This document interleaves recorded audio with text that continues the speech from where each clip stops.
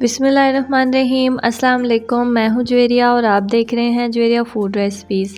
आज मैं आपके लिए मीठी टांगरी की रेसिपी लेकर आई हूं। मेरी अम्मी बताती हैं कि उनके बचपन में ये किराने की शॉप से मिला करती थी और तब इसको नुक्ती बोला जाता था। अम्मी के इलाके में इसे नुक्ती बोलते हैं। तो चलें इसे बनाना शुरू करते हैं। सबसे पहले मैंने यहाँ पे 3 कप मैदा लिया है। मैदे को अच्छे से छान लेंगे। आप चाहें तो 1.5 कप से भी बना सकते हैं, जितनी मेजरमेंट मैं ले रही हूँ उस हिसाब से बना सकते हैं।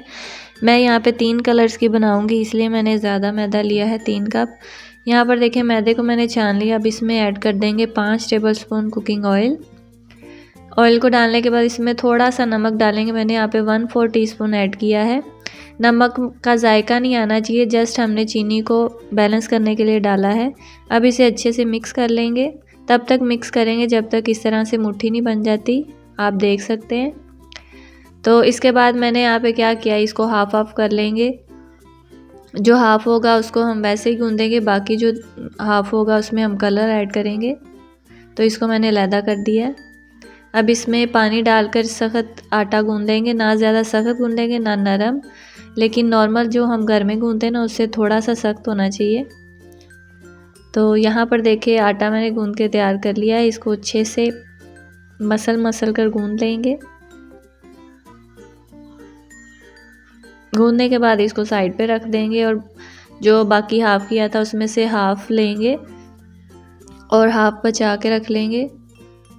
इसमें ऐड किया है मैंने 1/4 टीस्पून से भी थोड़ा सा कम ही ग्रीन कलर है, यानी 1 चुटकी के बराबर है।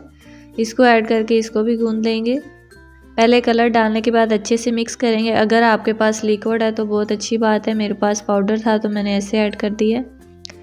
तो ये देखिए कितना प्यारा कलर आया है, ग्रीन कलर। इसको भी अच्छे से गूंद लेंगे।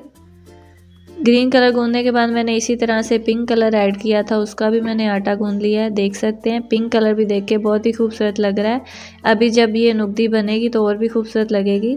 तो यहाँ पर देखिए मैंने तीनों कलर जो हैं वो आटे के गूंद के तैयार कर लिए हैं। अब हम एक एक करके इन्हें बेलेंगे और इनकी कटिंग करेंगे। कलरफुल टांगरी बहुत ही प्यारी लगेगी और मेरी अम्मी बताती हैं कि उनके इलाके में कलरफुल ही मिला करती थी, तो इसलिए हम बना रहे हैं। अभी जब हम बनाएंगे ना तो आप देखिएगा बहुत ही खूबसूरत लगेंगी। तो यहाँ पर देखिए रोटी मैंने बेल ली है, थोड़ी सी मोटी रखेंगे इस तरह जैसे मैंने रखी है। अब हम इसकी कटिंग करेंगे। मैं कटर से कर रही हूँ, आप छुरी की मदद से भी कर सकते हैं। तो इसको ना ज़्यादा मोटा रखना है ना ज़्यादा पतला, बस इस साइज़ का जैसे मैं रख रही हूँ इस तरह से आपने कटिंग कर लेनी है अच्छे से। कटिंग करने के बाद साइडों से जितनी लंबाई आपने रखनी है आप उतनी रख के इसकी कटिंग कर लें।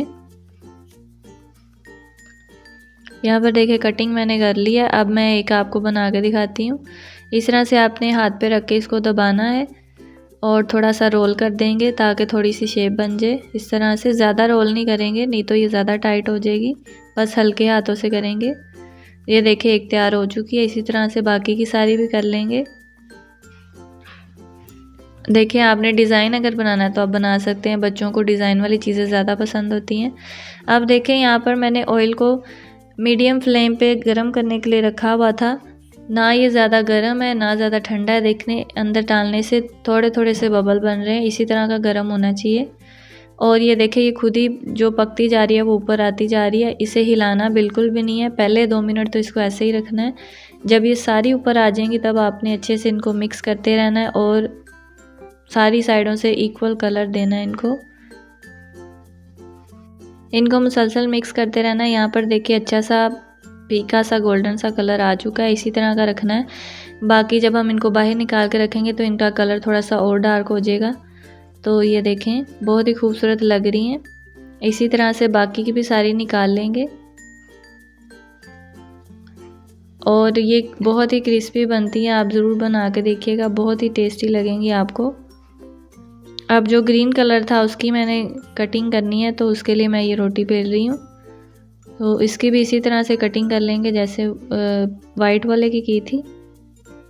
कटिंग करने के बाद इसको भी इसी तरह से रोल करके बनाते जाएंगे। और यहाँ पर देखिए मैंने सारे तैयार कर लिए हैं। अब इन्हें भी फ्राई कर लेंगे। इसी तरह से जो पिंक कलर मैंने बनाया था वो भी ऐसे ही कर लेंगे।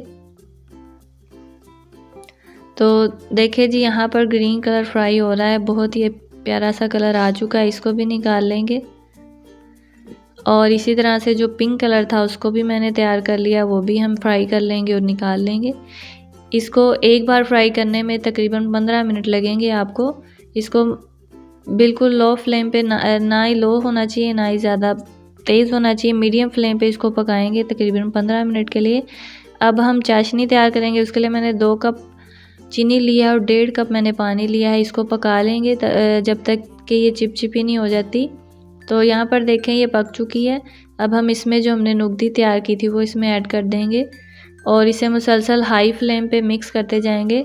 यहाँ पर हमारी गैस चली गई थी तो हमने सिलेंडर का इस्तेमाल किया। देखें हम कितनी मेहनत करते हैं, मैं और मेरी अम्मी मिलके बहुत ही मेहनत के साथ वीडियोस बनाते हैं। तो इसे ज़्यादा से ज़्यादा शेयर किया करें ताकि हमारी हौसला अफजाई हो सके। तो इसको मैंने पकाने के बाद थोड़ी देर रख दिया था, तो जो ऊपर चीनी लगी थी वो सारी खुश्क हो चुकी है। यहाँ पर देखिए चीनी जो बची है आप इसको इस्तेमाल कर सकते हैं, वैसे ही चाय में डाल लें या किसी शरबत में डाल लें। तो देखिए जी माशाल्लाह बहुत ही टेस्टी सी हमारी क्रिस्पी सी नुगती तैयार है। अगर आपको ये रेसिपी पसंद आई है तो इस वीडियो को लाइक कीजिएगा, इसे शेयर कीजिएगा। देखें कितनी कलरफुल प्यारी लग रही है, तो कमेंट भी अच्छा सा कीजिएगा। अल्लाह हाफिज़।